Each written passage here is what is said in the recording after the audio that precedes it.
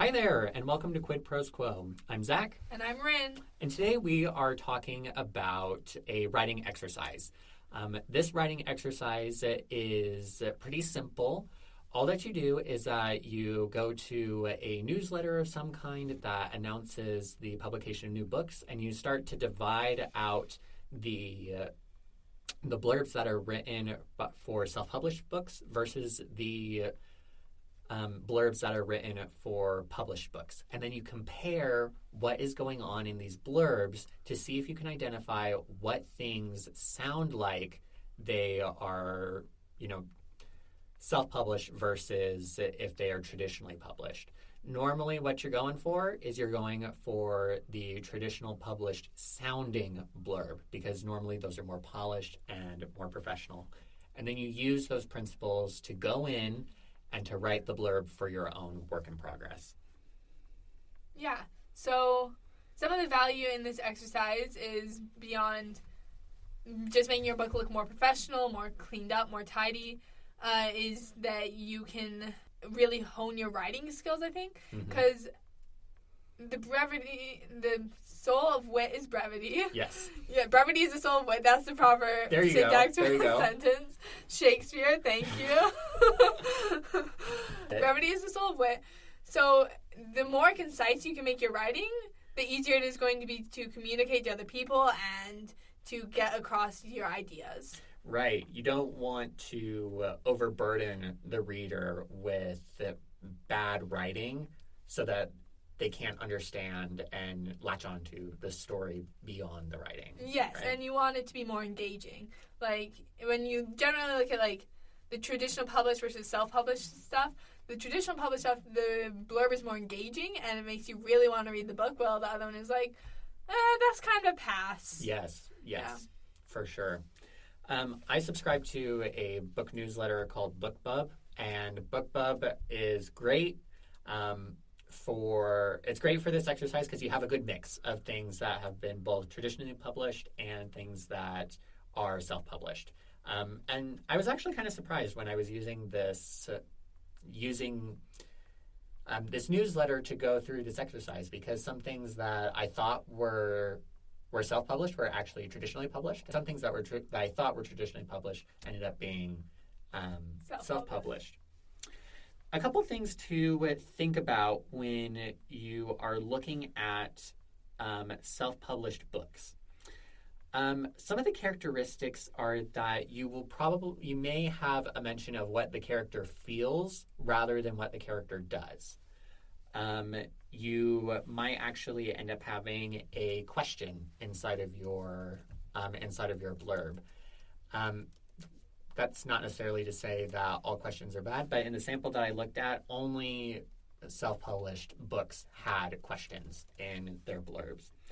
And then the other thing that I noticed is that some of these there are actually two things that I noticed here. One of them is that it's rare, but sometimes you will see passive voice rear its ugly head inside of these blurbs.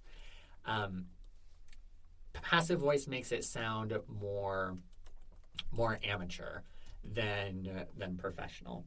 And then finally, Before we move on, yes. Can you give an example of passive voice? Yes. So this is not original, but my favorite way of remembering if something is passive voice or not is if you can put "by zombies" at the end of it and it still makes sense as a sentence. Yes.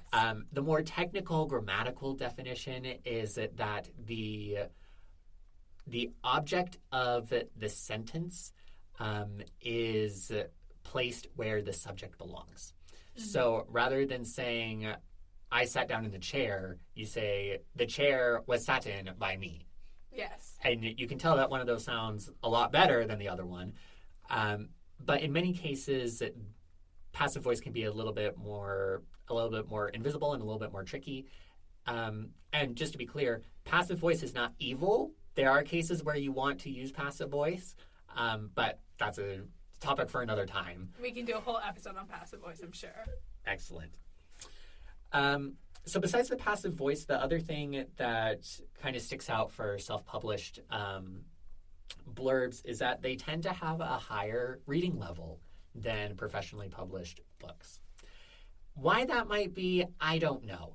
But if I were to take a stab at it, I think it has something to do with the average reading comprehension inside of, for example, the United States. Most people in the United States can read around a 5th grade reading level, which is kind of sad, but you can't really get around that fact unless, you're inside of education and you can work to help people have higher reading comprehension, which if you are, blessings to you. We need more of you. But if you find that the reading level of your blurb is higher than a 5th grade reading level, that's a signal to you that you need to simplify because it makes it sound more amateurish. So on the other hand, when we're talking about traditionally published blurbs, there aren't any questions. There is a focus on what the character does rather than what the character feels. And they will also often include endorsements from established authors or a specific number of ratings. If you're familiar with Goodreads, many of these have mentions of how many 5-star ratings they have on Goodreads, or talking about prizes. So if the author won, for example, a Hugo Award or was a bestseller, whether it was for USA Today or the New York Times or whatever it may be, that is something that is sometimes mentioned inside of the blurb. The other kind of surprising thing is that these blurbs tend to be a little bit shorter, right around 42 words, whereas the more amateurish ones are around 45 words. So it's not a huge difference, but when you're thinking percentage-wise, right, 3 words out of 45 it's a chunk. Roughly 6%, I think. Yeah. So it's you're thinking about how much shorter can you cut your blurb, and that will make it sound more snappy. Like what Rin was mentioning, brevity is the soul of wit. And so if you can make it shorter and get your point across, you should make it shorter. Yes, absolutely. I would also say that when it comes to making your blurb shorter, like it was Ernest Hemingway who told the world's saddest story in 6 words. Yes. Baby shoes for sale, never worn. Yep. If you're not trying to tell you the gist of your story in as few words as possible, then it's more likely readers are going to get bored because you don't want to give away like the whole book, you want to give a taste of the book, but you don't want to give them the whole 3-course meal. Yes, you want enough to get them interested and not be like, well, I feel like I don't have to read it now. Yeah, I subscribe to the same BookBub newsletter, and I will say a lot of the ones that I can tell are self-help are the ones that are like basically take you up to the very like final battle, and they're like, will they win the final battle? And I'm like, yes, they will. Just throwing that out there, but I think so. Like advertising sure. it as a tragedy. Yeah. Which leads into plot or promises, progress, payoff. Yeah. But that's again another episode. Yes. I would love to talk about tragedy sometime because I love me some tragedy. Same. So let's talk about application of these things. First of all, if you haven't done this exercise before, you should give it a try. You will be surprised by what you find. But things that you can think about when you are using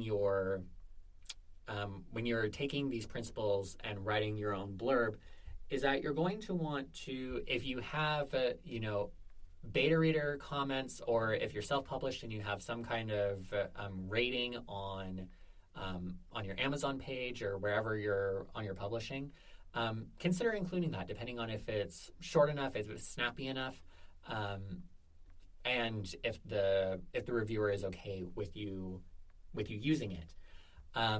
If you don't, then you leave it out and you keep going and you make do with what you have, because you don't want to invent something that isn't there. Mm-hmm. I will say one of my worst experiences with BookBub was I found this book and it sounded kind of interesting, and it said that it was from a New York Times bestselling author. I go in, I start reading it, and immediately I can tell that something is wrong. because the prose was just so clunky. And I'm sitting here and I'm like, could this really be a New York Times bestselling author? And so I did the thing that is super nerdy, and I went to Wikipedia where they archived each year's bestsellers. And I went through and I was like, does this person show up here? And the answer was no. Like, I could not find them on the New York Times bestsellers list. I couldn't find them online. Like, I couldn't find their website or anything. And that just kind of really soured my... So they just lied about their credentials, which you should not do. Yeah. No one is so easily, like... verifiable. Verifiable. Yeah, so don't do that. But if you do have those credentials, share them. Use them. It's not bragging. You earned them. Use them.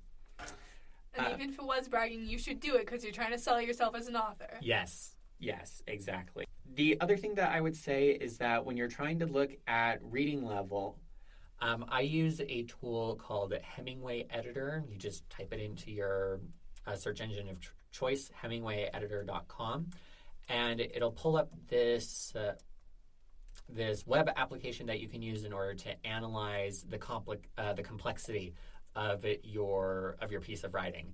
So, you can copy paste in there. It will give you a grade level, and then it also has suggestions for identifying this is where passive voice is used, or this word is overly complicated, and you can switch it out. Or you have an adverb here. Consider switching it out for a more powerful verb. Those sorts of things. So you can use Hemingway Editor to get your grade level down. So Rin and I have applied some of these principles to our own works in progress, and we want to take a moment to share them with you and talk about how they are utilizing and employing these principles. So let's start with you, Rin. You wrote a blurb for Witch's Blood. Yeah. So my quote is, "The queer enemies to lovers' fantasy I've been waiting for." And then my blurb, which I am literally rewriting as you spoke, because I had no idea what you meant by the grade level. Uh-huh. I didn't know Hemingway wasn't really good use. I just put it in, so it's grade 9, so I could definitely take it way down. But Cordelia and Aster travel through a war-torn continent in efforts to save Cordelia's coven from torture. And this is a YA novel, so it's okay if the content of the blurb is not appropriate for readers in grade 3. Yeah, for sure. But the reading level needs to be accessible to people in grade 3. Yes, that's a good distinction.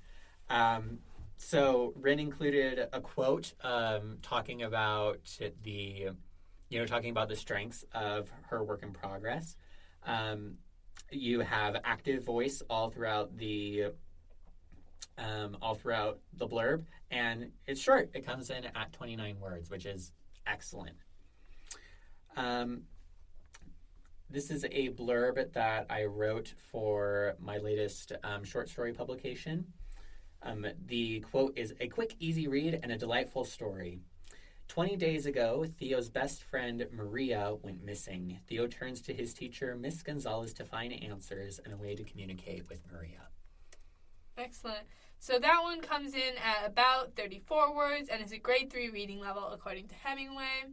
You have the endorsement, which is really nice, and it tells the story without giving away the ending. Yep.